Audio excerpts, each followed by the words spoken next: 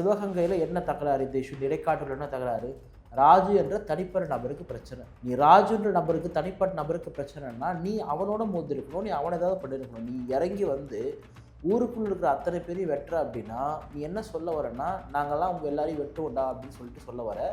அப்போ இந்த துணிச்சலை உனக்கு யார் கொடுக்குதுன்னா, உன் சாதியும் இங்கே இருக்கிற அரசாங்கமும் உனக்கான அரசாங்கமாக வந்து இருக்குது. என்னென்னா இங்கே இருக்கிற அரசாங்கம் பார்த்தீங்கன்னா இது முழுக்க முழுக்க வந்து ஒரு இடைநிலை ஆதிக்க சாதிகளுக்கான அரசாங்கம் தான் இது. ஏன்னா அவங்க ஓட் பேங்க்கு அவங்கள பகச்சிக்கூடாது சொல்லிட்டு தன்னுடைய கேவலமான வாக்கு அரசியலுக்காக பட்டியல் சமூக மக்கள் எக்கேடு கெட்டு போனாலும் பரவாயில்ல, எந்த விதமான ஆக்ஷனும் எடுக்க மாட்டேன்னு சொல்லக்கூடிய அரசாங்கம் தான். நம்ம பேசிட்டு இருக்கக்கூடிய இந்த நேரத்தில் அந்த குடும்பத்தை சந்திக்க அண்ணன் திருமா போயிருக்காரு. அண்ணன் திருமாவுடைய அரசியல் கூட்டணி மீது நமக்கு 1008 விமர்சனம் இருந்தாலும் ஒரு பட்டியல் சமூக மக்கள் பாதிக்கப்பட்டால் அங்கே போய் நிற்கிற ஒரு முதல் ஆளாகவும் முதல் குரலாகவும் இருக்கக்கூடிய ஒரு அண்ணன் திருமா தான். அப்போ விசிக என்ன சாதிச்சதுன்னு கேட்டால், விசிக இங்கே இருக்கக்கூடிய பட்டியல் சமூக மக்களுக்கான ஒரு பாதுகாப்பை உறுதிப்படுத்தியிருக்குன்னு தான் நான் வந்து சொல்ல விரும்புவது.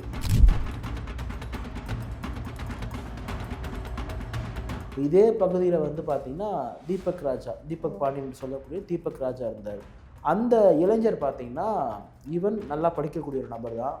ஆனால் அவர் ஏன் திசை மாதிரி போகிறாருன்னா போக வைக்கிறானுங்க. அப்போது நம்மள 10 பேரை பாதுகாக்கணும்னா அவனுக்காக ஒருத்தனா வந்து எழுந்து வந்தால் தான் பாதுகாக்க முடியும் சொல்லிட்டு போகிறாரு. இப்போ பெரும்பாலும் வந்து தென் மாவட்டங்களில் வந்து ஏன் தொடர்ந்து நடக்குதுன்னா, ஒரு காலத்தில் வந்து தென் மாவட்டங்களில் மிக வலுவாக இருந்த அண்ணன் ஜான் பாண்டியன் போன்றவர்கள்லாம் இன்றைக்கி கூட்டணி தேர்தல் சமரசம் அப்படின்னு சொல்லிட்டு போயிட்டாங்க. அப்போ அந்த மக்களுக்காக வீரியமாக நின்று களத்தில் சண்டை போடக்கூடிய ஒரு நபர் வந்து இல்லை. சண்டைனா இப்போ இன்னைக்கு கத்தி எடுத்து வெட்டலாம் நான் சொல்ல வரல, குறைந்தபட்சம் நீ ஆதரவாக நிற்கணும் இல்லையா? இப்போ அண்ணன் திருமாதானே கிளம்பி போகிறாராங்க. ஏன் கிருஷ்ணசாமி அவர்கள் போயிருக்கலாமே, ஜான் பாண்டியன் அவர்கள் போயிருக்கலாமே, ஏன் எடப்பாடி பழனிசாமி போயிருக்கலாமே. எங்களுடைய வட மாவட்டங்கள்லாம் பார்த்தீங்கன்னா ஒரு காலத்தில் இங்கே சாதிய பிரச்சனைகள்லாம் இருந்த பொழுது இங்கே வந்து பூவை மூர்த்தியார் அப்படின்ற ஒரு மிகப்பெரிய ஒரு தலைவர் இருந்தார், புரட்சி பாரத கட்சியோட நிறுவனர். அவருடைய வருகைக்கு பிறகு பார்த்தீங்கன்னா இங்கே வட மாவட்டங்களில் சாதிய பிரச்சனைகள் சாதிய சண்டைகள் குறையுது. ஏன்னு கேட்டால் அவர் இந்த மக்களுக்கான பாதுகாவலனாக உருவெடுக்கிறார். அப்போ அது போல் வந்து தென் மாவட்டங்களில் ஒரு காலத்தில் உருவெடுத்திருந்தாங்க, இன்றைக்கி அப்படி இல்லாமல் போயிட்டாங்க. ஏன் நிகழ்காலத்தில் அண்ணன் ஆம்ஸ்ட்ராங் அவர்கள் இருக்கக்கூடிய பட்டியல் சமுதாய மக்களுடைய மிகப்பெரிய ஒரு பாதுகாப்பாக இருந்தார். ஈவன் இன்னைக்கு திரும்ப தமிழ்நாடு முழுக்க போகிறாரு, எவிடன்ஸாக அவங்கள கொண்டு போகிறாங்க. அந்த அரசாங்கம் இவர்களுக்கு பாதுகாக்க கொடுக்க வேண்டியது அவங்களுடைய கடமை. அப்போ யார் சாட்சி சொல்ல வராங்களோ, யார் சாட்சியமாக இருக்காங்களோ அவங்கள பாதுகாக்கணும். அப்போ நாளைக்கு வந்து ஒருத்தனை வெட்டுவான், வெட்டினவன் வந்து பார்த்துட்டு வந்தாமல் வெட்டினான்னு சொல்லி சாட்சி சொல்ல வரணும் வந்து போய் மிரட்டுவியா? நாளைக்கு நீ சாட்சி சொல்ல வந்துட்டா நாளைக்கு உன் குடும்பத்தையும் வெட்டுவானுங்க, அதனால் நீ வந்து உள்ளே வரக்கூடாதுப்பா அப்படின்னு சொன்னால் இது எப்படி? இது ரொம்ப அயோக்கியத்தனமானது. இது காவல்துறையே இன்றைக்கி யாருடைய கையால் மாறி இருக்கு பாருங்க. நீங்கள் பாதிக்கப்பட்ட தரப்பு சொல்கிறாங்க, அவங்க ஏன் பொய் சொல்லணுன்ற அவசியமா அவங்களுக்கு? பறையர் சமுதாய வாக்கு வங்கியின் மூலமாக முதலமைச்சரான திரு ஸ்டாலின் அவர்கள் இன்றைக்கு அதே பட்டியல் சமூக மக்கள் பாதிக்கப்படும் பொழுது வேடிக்கை பார்த்து கொண்டிருக்கிறார். நிம்மதி ப்ராப்பர்ட்டி மேனேஜ்மெண்ட், உங்கள் பழைய வீட்டை புதிய வீடாக மாற்றலாம் வாங்க. வாய்ஸ் ஆஃப் தமிழ்நாடு நேயர்களுக்கு வணக்கம். இன்று நம்மோடு சிறப்பு நேர்காணல்ல வழக்கறிஞர் பிரதாப் இணைஞ்சிருக்காங்க, வாங்க பேசலாம். வணக்கம் சார். வணக்கம் சார். இப்போ சமீபத்தில் நெல்லையில் தான் நாகுநேரிங்கிற ஒரு ஏரியாவில் ஒரு பிரச்சனை, பெரிய பூகம்பமே வெடிச்சிச்சு. 9 பேர் சேர்ந்து 2 பேரை கொலை செஞ்சது, அந்த ஒரு இஷ்யூ இன்னும் அதோட ஒரு இதுவே ஆறாத ஒரு சமயத்தில் இப்போ சிவகங்கையில் இடைக்காட்டூர்னு ஒரு இடத்துல வந்து அதுவே 3 பைக்கில் போன மக்கள் தான் 9 பேர் சேர்ந்து அங்கே இருக்கிற மக்கள் எல்லாம் தாருக்கு மாறாக வெட்டியிருக்காங்கங்கிற மாதிரி ஒரு இஷ்யூ போய்கிட்டு இருக்கு. அதை எப்படி பார்க்குறீங்க? ஏன்னா ஒன்று இப்போ தான் நடந்து ஒரு பூகமாக வெடித்த இடத்துல இப்போ தொடர்ந்து அடுத்தடுத்து நடந்துட்டு வருது. இல்லை, இந்த சிசிடிவி காட்சிகள் நான் பார்த்தேன். நம்ம பார்க்கும்பொழுது உதைக்குது. எவ்வளோ துணிச்சலாக தைரியமாக இறங்கி அத்தனை பேர் இருக்கிற இடத்துல வந்து வெட்ட முடியுதுன்னு தெரியல நமக்கு. அந்த தைரியத்தை என்ன கொடுக்குதுன்னு நமக்கு தெரியல. இப்போது இந்த இஷ்யூ இருக்குது இல்லையா, இங்கே சிவகங்கையில் நடக்கிற இஷ்யூ, இதுக்கு முன்னாடி ஒரு இஷ்யூ நான் சொல்ல விரும்புகிறேன். என்னென்னா 2018 கச்சநத்தம், இதே சிவகங்கை மாவட்ட கச்சநத்தத்தில் 3 பேரை பார்த்திங்கன்னா வெட்டி படுகொலை செய்தாங்க. அந்த 3 பேருமே பட்டியல் சமூகத்தை சார்ந்தவர்கள். என்னென்னா ஒரு கோயில் திருவிழான்றதை காரணம் காட்டி பண்ணாங்க. இப்போ அதனுடைய தொடர்ச்சியாக வந்து அங்கே பல சம்பவங்கள் நடந்துகிட்ருக்கு.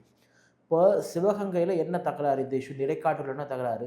ராஜு என்ற தனிப்பட்ட நபருக்கு பிரச்சனை. அப்போது நீ ராஜுன்ற நபருக்கு தனிப்பட்ட நபருக்கு பிரச்சனைனா நீ அவனோட மோதிருக்கணும், நீ அவனை ஏதாவது பண்ணியிருக்கணும். நீ இறங்கி வந்து ஊருக்குள்ளே இருக்கிற அத்தனை பேரையும் வெட்டுற அப்படின்னா நீ என்ன சொல்ல வரன்னா, நாங்கள்லாம் உங்கள் எல்லாரையும் வெட்டுவோண்டா அப்படின்னு சொல்லிட்டு சொல்ல வர. அப்போ இந்த துணிச்சலை உனக்கு யார் கொடுக்குதுன்னா, உன் சாதியும் இங்கே இருக்கிற அரசாங்கமும் உனக்கான அரசாங்கமாக வந்து இருக்குது. என்னென்னா இங்கே இருக்கிற அரசாங்கம் பார்த்தீங்கன்னா இது முழுக்க முழுக்க வந்து ஒரு இடைநிலை ஆதிக்க சாதிகளுக்கான அரசாங்கம் தான் இது. ஏன்னா அவங்க ஓட் பேங்க்கு அவங்கள பகச்சிக்கூடாது சொல்லிட்டு தன்னுடைய கேவலமான வாக்கு அரசியலுக்காக பட்டியல் சமூக மக்கள் எக்கேடு கெட்டு போனாலும் பரவாயில்ல, எந்த விதமான ஆக்ஷனும் எடுக்க மாட்டேன்னு சொல்லக்கூடிய அரசாங்கம் தான். இது மட்டும் கிடையாது, எடப்பாடி பழனிசாமி முதல்ல இப்படி தான் இருக்கும். ஏன் இதே வந்து அந்த நடந்த அந்த சிவகங்கை, இப்போ இந்த சிவகங்கை மாவட்டத்தில் நடக்கக்கூடிய இந்த இஷ்யூவாக இருக்கட்டும், நாங்குநேரில் நடந்த இஷ்யூக்குமே வந்து யாருமே வந்து இது ஒரு கேஸ்ட் இஷ்யூ சொல்லிட்டு உங்களை அணுக முடியலையே.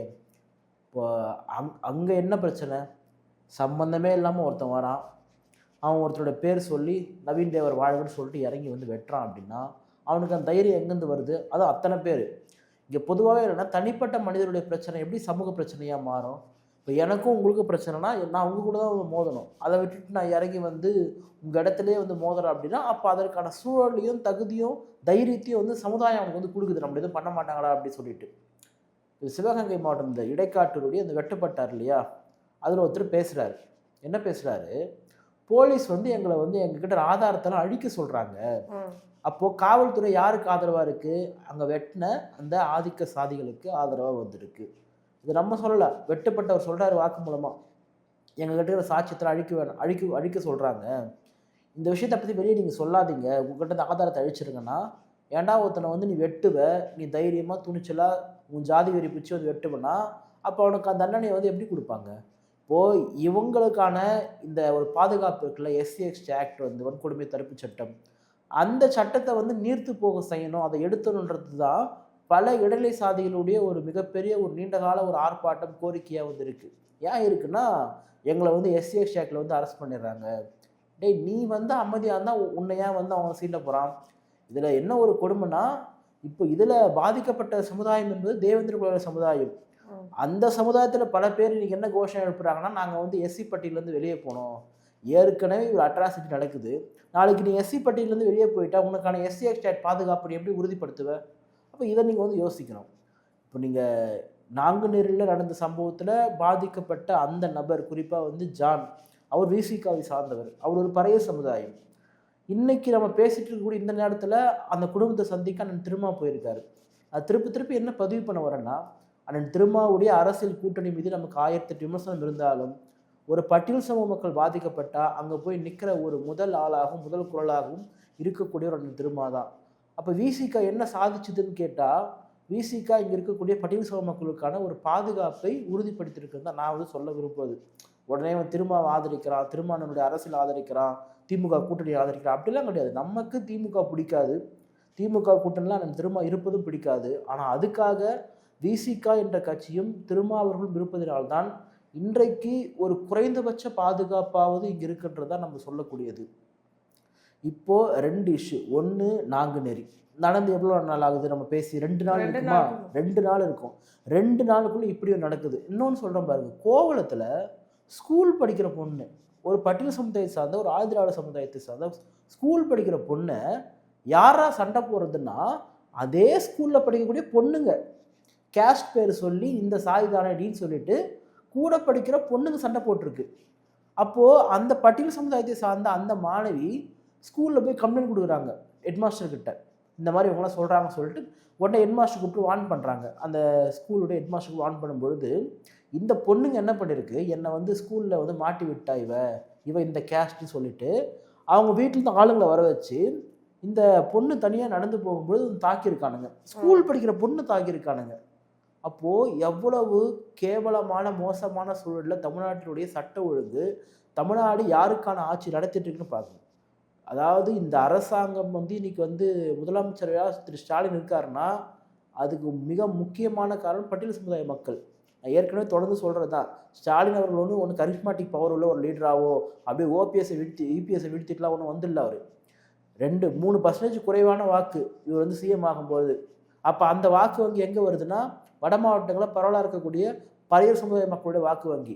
பறையர் சமுதாய வாக்கு வங்கியின் மூலமாக முதலமைச்சரான திரு ஸ்டாலின் அவர்கள் இன்றைக்கு அதே பட்டியல் சமூக மக்கள் பாதிக்கப்படும் பொழுது வேடிக்கை பார்த்து கொண்டிருக்கிறார். இது வரைக்கும் இந்த அரசாங்கம் எங்கே வந்து பட்டியல் சமூக மக்களுக்கு ஆதரவு இருக்குது? நான் என்ன சொல்கிறேன், நீ அவங்க சப்போர்ட் பண்ணலாம் சொல்லலை, நீ வந்து ஒரு அரசாங்கம் எல்லாரும் பொதுவாக தான் இருக்கணும். ஆனால் எது நீதியோ எது உண்மையோ அந்த பக்கம் இருக்கணும். வேங்கவையில் அரசாங்கத்தோட ஸ்டாண்ட் என்ன, மேல்பாதையில் அரசாங்கத்தோட ஸ்டாண்ட் என்ன? இன்றைக்கி இப்போ எலெக்ஷன் வரப்போகுதுமா, எலெக்ஷன் வரும்பொழுதாவது நம்ம கூடுதலாக கொஞ்சமாக சீன் போடுவோம்ல, நம்மளுடைய பாதுகாக்கிற மாதிரி நல்லது பண்ணுற மாதிரி இப்போ சீன்லாம் போடுறாங்க இல்லையா, 5000 ரூபாய் போடுறது, பழைய இந்த பென்ஷன் திட்டத்தை வந்து கொண்டு வரது சொல்லிட்டு சீன் போடுறது, இந்த இந்த ஜூலி போன்ற நபர்கள்லாம் இருக்காங்க இல்லையா, இப்போ பிக் பாஸ்ல ஜூலி வந்து போனாங்க. அந்த அம்மா ஜல்லிக்கட்டு வீரர் சொல்லிட்டு கூப்பிட்டு இன்னைக்கு விஜய்க்கு எதிராக பேசுறாங்கன்ற ஒரு காரணத்துக்காக பேச வச்சுட்டு இருக்காங்க. இது ஒரு விளம்பர மாடல் அரசு. எப்படின்னா பண்ணிட்டு நீங்க எப்படியே நாசமா போங்க, அதை அதுக்குள்ள வரல நான். ஆனா மக்கள் பாதிக்கப்படும் பொழுது நீங்க என்னவா குரல் கொடுக்குறீங்க? இப்போ இவ்வளோ விஷயம் நடக்குது. குறைந்தபட்சம் திமுக தான்ப்பா ஜாதி வெறி பிடிச்ச கட்சி. நீ அதிமுக என்ன பண்ணிட்டு இருக்க? உன் ஸ்டாண்ட் என்ன? நீ வந்து நான் ஓப்பனாக சொல்கிறேன், இங்கே வந்து வெட்டுப்பட்டவங்க வந்து தேவேந்திர குல சமுதாயம். வெட்டினவன் யாருன்னாலும் சொல்ல முடியுமா? சொல்ல மாட்டாங்க இவங்க. ஏன்னு கேட்டால் அந்த சமுதாயத்தோட ஓட் பேங்க் வந்து போயிடும். அதில் சம்மந்தப்பட்ட பல பேரும் பார்த்தீங்கன்னா அகமுடையர் சமுதாயத்தை சார்ந்தவங்க. அப்போ நீ போடுவியா? நீ அந்த உண்மையை நீ போடுவியா? உன்னால் போட முடியுமா? நீ போட மாட்டேன். ஏன்னு கேட்டால் அவருடைய ஓட்டு உனக்கு போயிடும். அப்போது வெட்டுப்பட்டு சாகிறவன் வந்து பட்டியல் சமுதாயம் வந்தால் நீ அவனை போடுவ, அவன் நியூஸ் நீ வந்து அவன் தான் சொல்லுவேன். வெட்டினவன் இவன் தான் சொல்கிறது உங்களுக்கு என்ன தயக்கம்? நான் திருப்பி சொல்கிறேன், ஒரு சமுதாயத்தில் பிறந்த அத்தனை பேருமே அயோக்கியர்கள் கிடையாது, அத்தனை பேரும் நல்லவர்கள் கிடையாது. எல்லா சமுதாயத்திலும் கேடு கெட்டவங்க இருக்காங்க, எல்லா சமுதாயம் நல்லவங்க இருக்கானுங்க. ஆனால் நீ ஏன் ஒரு குற்றத்தில் நடக்கும்பொழுது உனக்கு வந்து அட்ரஸ் பண்ணதில் என்ன தப்பு? உன்னால் ஏன் பண்ண முடியல? ஏன்னா கேஸ்ட் ஓட்டு. அப்போ உன்னுடைய வாக்கு வங்கிக்காக எங்கேயாவது அதாவது நான் ஒரு வழக்கறிஞராக சொல்கிறேன், ஒரு போலீஸோட டியூட்டியோ ஒரு அரசு வழக்கறிஞரோட டியூட்டி என்னென்னா, யார் பாதிக்கப்பட்டாங்களோ அந்த மக்களுடைய பக்கம் நிற்கணும். நீ வந்து அவங்களுக்காக வாதாடணும். ஆனால் போலீஸ் என்ன பண்ணுறது? இங்கே போயிட்டு உங்கள்கிட்ட சிசிடிவி இருக்கிறத போயிட்டு நீ அழிச்சிடு, உங்கள்கிட்ட ஆதாரத்தை அழிச்சிடு, நீ சொல்லாத அப்படின்னா நீ யாருக்காக வேலை செய்கிற? அப்போ நீ இங்கே இருக்கக்கூடிய இடைநிலை சாதிகளுக்காக வேலை செய்யல. அவங்க அப்பயுமே பேசும்போது என்ன சொல்லியிருந்திருக்காங்கன்னா, நீ இந்த ஃபுட்டேஜ் எல்லாம் நீ கேன்சல் பண்ணிடு, அப்படி இல்லாத இல்லைன்னா உனக்கு தான் நாளைக்கு பிரச்சனை வரும். என்ன பிரச்சனை வரும்? நான் என்ன சொல்றேன், போலீஸே இந்த ஒரு வார்த்தை வந்து அந்த பெண்மணி அப்போ என்ன சொல்றாங்கன்னா, போலீஸ் வந்து நான் உனக்கு பாதுகாக்க மாட்டேன். ஈவன் இப்போ வந்து நீங்க ஒரு கேஸ்ல சம்மந்தப்பட்டிருக்கீங்க, நீங்க வந்து ஒரு எவிடன்ஸா உங்களை கொண்டு போறாங்க, நீங்க வந்து ஒரு அவங்களுக்காக நிற்கக்கூடிய ஒரு மகளாக இருக்கிறீங்க அப்படின்னா, அந்த அரசாங்கம் இவர்களுக்கு பாதுகாக்க கொடுக்க வேண்டியது அவங்களுடைய கடமை. அப்போ யார் சாட்சி சொல்ல வராங்களோ, யார் சாட்சியமாக இருக்காங்களோ அவங்கள பாதுகாக்கணும். அப்போ நாளைக்கு வந்து ஒருத்தனை வெட்டினவன் வந்து பார்த்துட்டு இவன் தான் வெட்டினான்னு சொல்லி சாட்சி சொல்ல வரணும் வந்து போய் மிரட்டுவியா? நாளைக்கு நீ சாட்சி சொல்ல வந்துட்டா நாளைக்கு உன் குடும்பத்தையும் வெட்டுவானுங்க, அதனால் நீ வந்து உள்ளே வரக்கூடாதுப்பா அப்படின்னு சொன்னால் இது எப்படி? இது ரொம்ப அயோக்கியத்தனமானது. இது காவல்துறையே இன்னைக்கு யாருடைய கையால் மாறி இருக்கு பாருங்க. நீங்கள் பாதிக்கப்பட்ட தரப்பு சொல்கிறாங்க, அவங்க ஏன் பொய் சொல்லணுன்ற அவசியமா அவங்களுக்கு? ஈவன் அந்த டிஸ்ட்ரிக்ட் இருக்கு இல்லையா, அதுவே ரொம்ப மோசமான ஒரு டிஸ்ட்ரிக்டாக தான் மாறிட்டு இருக்கு. இப்போ இந்த ஏற்கனவே திருநெல்வேலி, சிவகங்கை, இவ்வளோ டிஸ்ட்ரிக்ட்லையுமே பார்த்தீங்கன்னா இந்த இடத்துல இவங்கெல்லாம் ஏன் துணிச்சலாக வந்து இருக்கிறாங்க, ஏன் இவ்வளோ மோசமான காரியங்கள் செய்கிறாங்கன்னு சுட்டி காட்ட விரும்புகிறேன். நம்ம ஏற்கனவே பேசியிருந்தோம். இப்போ இதே பகுதியில் வந்து பார்த்திங்கன்னா தீபக் பாண்டியன் சொல்லக்கூடிய தீபக் ராஜா இருந்தார். அந்த இளைஞர் பார்த்திங்கன்னா ஈவன் நல்லா படிக்கக்கூடிய ஒரு நபர் தான். ஆனால் அவர் ஏன் திசை மாதிரி போகிறாருன்னா போக வைக்கிறானுங்க. அப்போது நம்மள 10 பேரை பாதுகாக்கணும்னா அவனுக்காக ஒருத்தனா வந்து எழுந்து வந்தால் தான் பாதுகாக்க முடியும் சொல்லிட்டு போகிறாரு. இப்போ பெரும்பாலும் வந்து தென் மாவட்டங்களில் வந்து ஏன் தொடர்ந்து நடக்குதுன்னா, ஒரு காலத்தில் வந்து தென் மாவட்டங்களில் மிக வலுவாக இருந்த அண்ணன் ஜான் பாண்டியன் போன்றவர்கள்லாம் இன்றைக்கி கூட்டணி, தேர்தல், சமரசம் அப்படின்னு சொல்லிட்டு போயிட்டாங்க. அப்போ அந்த மக்களுக்காக வீரியமாக நின்று களத்தில் சண்டை போடக்கூடிய ஒரு நபர் வந்து இல்லை. சண்டைனா போய் நீ கத்தி எடுத்து வெட்டலாம் நான் சொல்ல வரல, குறைந்தபட்சம் நீ ஆதரவாக நிற்கணும் இல்லையா? இப்போ அண்ணன் திருமாதானே கிளம்பி போகிறாராங்க. ஏன் கிருஷ்ணசாமி அவர்கள் போயிருக்கலாமே, ஜான் பாண்டியன் அவர்கள் போயிருக்கலாமே, ஏன் எடப்பாடி பழனிசாமி போயிருக்கலாமே, ஏன் அண்ணன் சீமான் கூட போயிருக்கலாமே தான் நம்ம சொல்கிறது. அப்போது ஒரு இஷ்யூவை வந்து நீங்கள் எப்படி அணுகுறீங்க? நீங்கள் யாருக்காக நிற்கிறீங்க? இப்போது இது வந்து ஒரு கேஸ்ட் இஷ்யூ. கேஸ்ட் இஷ்யூவில் நீ யாரையும் போய்ட்டு சப்போர்ட் பண்ணலாம் சொல்ல, பாதிக்கப்பட்டவங்க போய் பக்கம் நிற்கணும் இல்லையா? அதுதானே ஆரம். இப்போ இங்கே தமிழ்நாட்டில் இப்போ நான் வட மாவட்டம், இப்போ எங்களுடைய வட மாவட்டங்கள்லாம் பார்த்தீங்கன்னா ஒரு காலத்தில் இங்கே சாதிய பிரச்சனைகள்லாம் இருந்த பொழுது இங்கே வந்து பூவை மூர்த்தியார் அப்படின்ற ஒரு மிகப்பெரிய ஒரு தலைவர் இருந்தார். புரட்சி பாரத கட்சியினுடைய நிறுவனர் அண்ணன் பூவை மூர்த்தியார் இருந்தார். அவருடைய வருகைக்கு பிறகு பார்த்தீங்கன்னா இங்கே வட மாவட்டங்களில் சாதிய பிரச்சனைகள், சாதிய சண்டைகள் குறையுது. ஏன்னு கேட்டால் அவர் இந்த மக்களுக்கான பாதுகாவலனாக உருவெடுக்கிறார். அப்போ அது போல் வந்து தென் மாவட்டங்களில் ஒரு காலத்தில் உருவெடுத்திருந்தாங்க, இன்றைக்கி அப்படி இல்லாமல் போயிட்டாங்க. ஏன் நிகழ்காலத்தில் அண்ணன் ஆம்ஸ்ட்ராங் அவர்கள் இங்கே இருக்கக்கூடிய பட்டியல் சமுதாய மக்களுடைய மிகப்பெரிய ஒரு பாதுகாப்பாக இருந்தார். நான் அவரை வந்து ஒரு சமுதாயத்துக்கான தலைவர்னு சொல்ல வரல, ஆனால் இந்த சமுதாயம் பாதிக்கப்பட்டால் வந்து நிற்கக்கூடிய முதன்மையான ஒரு நபர்களாக இருக்கக்கூடியவங்க. ஈவன் இன்னைக்கு திரும்ப தமிழ்நாடு முழுக்க போகிறாரு. அப்போது இவங்க நீங்கள் ஒரு குறிப்பிட்ட மக்களுக்காக, குறிப்பிட்ட இனத்திற்காக நீங்கள் ஒரு கட்சியை தொடங்குறீங்க. தொடங்கினதுக்கப்புறம் இந்த எலெக்ஷன், இந்த தேர்தல், சீட்டு இதெல்லாம் வரும்பொழுது நீங்கள் என்ன பண்ணுறீங்கன்னா அதை விட்டுட்டு நீங்கள் போய்ட்டு இங்கே தேர்தலில் சீட்டு வாங்க நின்றுறீங்க. ஏன்னு கேட்டால் அந்த ஜாதிக்கார ஓட்டு போடணும். இப்போ ஜான் பாண்டியன் நிற்கிறாருன்னா இங்கே இருக்கக்கூடிய வெறுமனையாக தேவேந்திர குல சமுதாய மக்கள் ஓட்டு போட்டால் மட்டுமே அவர் ஜெயிக்க முடியாது, எல்லா சமுதாய மக்கள் ஓட்டும் வேணும். அப்போ வேணுன்றதுக்காக என்ன பண்ணுறாங்கன்னா சமரசம் ஆயிடுறீங்க. என்னன்னா இது என்னன்னு கூட அட்ரஸ் பண்ண முடியல. இப்போ எனக்கு தெரிஞ்சு கிருஷ்ணசாமி அவருடைய மகன் திரு ஷாம் கிருஷ்ணசாமி அவர் இன்னைக்கு அந்த மக்களுடைய ஒரு ஆக்டிவான ஒரு குரலாக இருக்கார். நான் சில வீடியோக்களை அவரை பார்க்கும்பொழுது ஒரு அன்காம்ப்ரமைஸ்டான ஒரு நபராக தெரிகிறாரு. தெரியல அவருடைய அரசியல் எப்படி இருக்குன்றது நம்ம அப்போ கணிக்க முடியாது. இப்போதைக்கு பார்க்கும்போது ஒரு நம்பிக்கை ஒரு நபராக இருக்கார். ஈவன் அவர்களெல்லாம் படித்தவர்கள். நம்ம என்ன சொல்கிறோன்னா, ஒருத்தன் அடிச்சானா நீ போய் திருப்பி அடிலாம் சொல்ல நான், அவன் அடிக்காததுக்கான சூழல் ஏற்படுத்தணும் இல்லையா? வன்முறைக்கு வன்முறை தான் தீர்வுலாம் நம்ம ஒரு நாளும் சொல்லலை. நீ கத்தி எடுத்தா நானும் கத்தி எடுப்பலாம் சொல்ல வரல, அது வேண்டாம். அப்படி ஒரு கலாச்சாரமே தேவையில்லை. ஆனால் அவன் எத்தனை நாள் உன்னை அடிச்சுட்டே இருப்பான், எத்தனை நாள் வெட்டிகிட்டே இருப்பான். நம்ம இப்போ இது டிஜிட்டல் உலகம்னு சொல்கிறோம், பயங்கரமாக அறிவில் வளர்ந்துட்டோம். இது பெரியார் அதை பண்ணிட்டார் இதை பண்ணிட்டார், சமூக நீதி ஜாதியை ஒழிச்சிட்டோம், அது என்னென்னவோ சொல்கிறோம். எதனாவது நடந்துச்சுன்னா திமுக இந்த மாதிரி இந்த பெரியார் பெல்ட்லாம் சொல்கிறாங்கன்னா இதுக்கெல்லாம் காரணம் பார்ப்பனர்கள் தான், பாப்பான் ஒருத்தன் தான் காரணம்னு சொல்கிற. எந்த பாப்பா கத்தி எடுத்து வெட்டினா? நீ சொல்கிற இல்லையா பாப்பான் தான் சொல்லிட்டியா, யார் எடுத்து வெட்டினா?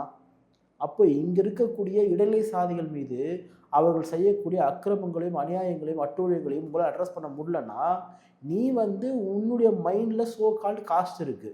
அப்போ நீ என்ன பண்ணுறனா, நீ ஒரு சேஃப் ஜோனில் பண்ணுறதுக்காக எல்லா பழியும் தூக்கி என்ன பண்ணுறனா பிராமின் மேலே போடுற. அவன் தான் காரணம். இப்போ அவன் காரணமா? இங்கே நடக்கக்கூடிய இஷ்யூக்கு எப்படி அவன் காரணமாக இருக்க முடியும்? ஜாதி அவன் கண்டுபிடிச்சதாக இருக்கட்டும், அவன் ப்ராக்டிஸ் பண்ணதாக இருக்கட்டும், இன்றைக்கி யார் அதை ஃபாலோ பண்ணிகிட்டு இருக்காங்க? அப்போ தமிழ்நாட்டில் இவ்வளோ விஷயங்கள் நடந்துமே இன்றைக்கி எலெக்ஷன் வரும்போது என்னவா கன்வே பண்ண வருவாங்கன்னா, நாளைக்கு இப்போ திமுக கூட்டணியில் இன்றைக்கி பெருமையாக பேசிகிட்டு இருக்காங்க, நாங்கள் ஒரு கட்சி கூட எங்களை விட்டு போகல, நாங்கள் பயங்கரமாக எல்லாம் இணக்கமாக இருக்குன்னு சொல்லிட்டு.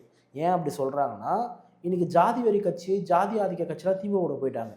திமுக வச்சுருக்கிறது பார்த்தீங்கன்னா ஜாதி சங்கங்களின் கூட்டமைப்பு. இப்படி தான் நான் பார்க்குறேன். நான் விசிகாவை சொல்ல அதுக்காக. இப்போ விசிகாவை கேட்க மாட்டேன்னு கேட்டால் விசிகாவை நான் அப்படி பார்க்க விரும்பலை. மற்ற பேர்லாம் இருக்கிறாங்க இன்றைக்கி பல அந்த படை இந்த படை இந்த கட்சி அந்த கட்சி சொல்லிட்டு ஜாதி சங்கங்களை ஒருங்கிணைத்து இன்றைக்கு திமுக தேர்தலை சந்திக்குது. அதே தான் அதிமுக குட்டி ஜாதி சங்கங்களையும் மதவாத கட்சிகளையும் ஒருங்கிணைத்து சந்திக்கிறாங்க. அப்போ இவங்க என்ன கன்வே பண்ணுவாங்கன்னா, நாளைக்கு இந்த பாதிக்கப்பட்ட சமுதாயமோ இல்லை பாதிப்பு ஏற்பட்ட சமுதாயமோ அதோட தலைவர் சொல்லிட்டு சிறு லெட்டர் பேர் கட்சி இருக்காங்கல்ல, இவனுங்க அங்கே போய் இருக்கிறதுனால அந்த சமுதாய மக்கள் அதை கேட்டுருவாங்க. என்னடா இவன் நமக்கு அநியாயம் பண்ணானே, இப்போ வேங்க வயலில் இவ்வளோ பெரிய விஷயம் நடக்குது, இப்போ வேங்க வயலில் நான் இருந்தால் தான் இது எனக்கு பாதிப்பும் கிடையாது, நான் அதை உணர்ந்தாலே எனக்கு அது பாதிப்பு தான். அப்போ அந்த பாதிப்பை ஏற்படுத்தியிருக்கக்கூடிய திமுகவுக்கு எந்த மானம் உள்ள அல்லது ரோசம் உள்ள குறைந்தபட்ச மனசாட்சி உள்ள ஒரு பள்ளி சமுதாய மக்களை ஓட்டு போடுவானா? போட மாட்டான். அப்போது இந்த அதிமுக கூட சரியாயிடுமான்னு கேட்டால் அவங்களும் அதுக்கு மேலே தான். அதிமுகவில் திண்டுக்கல் சீனிவாசன் ஒரு அமைச்சர் தான் காலில் இதை முள்ளு குத்திச்சுன்றதுக்காக ஒரு பழங்குடி சமுதாய சார்ந்த ஒரு பையனை கூப்பிட்டு எடுக்க வைக்கிறாரு செருப்பில். அப்போ அவங்க புத்தி எப்படின்னா இவ்வளோ கீழ்த்தரமான புத்தியாக தான் இருக்குது. அப்போது இந்த மாதிரி நபர்களை எல்லாம் களை எடுக்காமல் நீங்கள் எந்த விதமான ஆட்சி மாற்றத்தையும் கொண்டு வந்தால் ஒரு பிரயோஜனம் கிடையாது. அதிமுகவுக்கு திமுக தான் மாற்று, இல்லை திமுகவுக்கு அதிமுக தான் மாற்றுன்னு சொல்லக்கூடிய அந்த கான்செப்ட் ரொம்ப மோசமானது. இவர்கள் 2 பேருமே தமிழ்நாட்டுக்கு மிகப்பெரிய ஒரு ஆபத்து, தமிழ்நாட்டுக்கு மிகப்பெரிய ஒரு ஏமாற்றம்.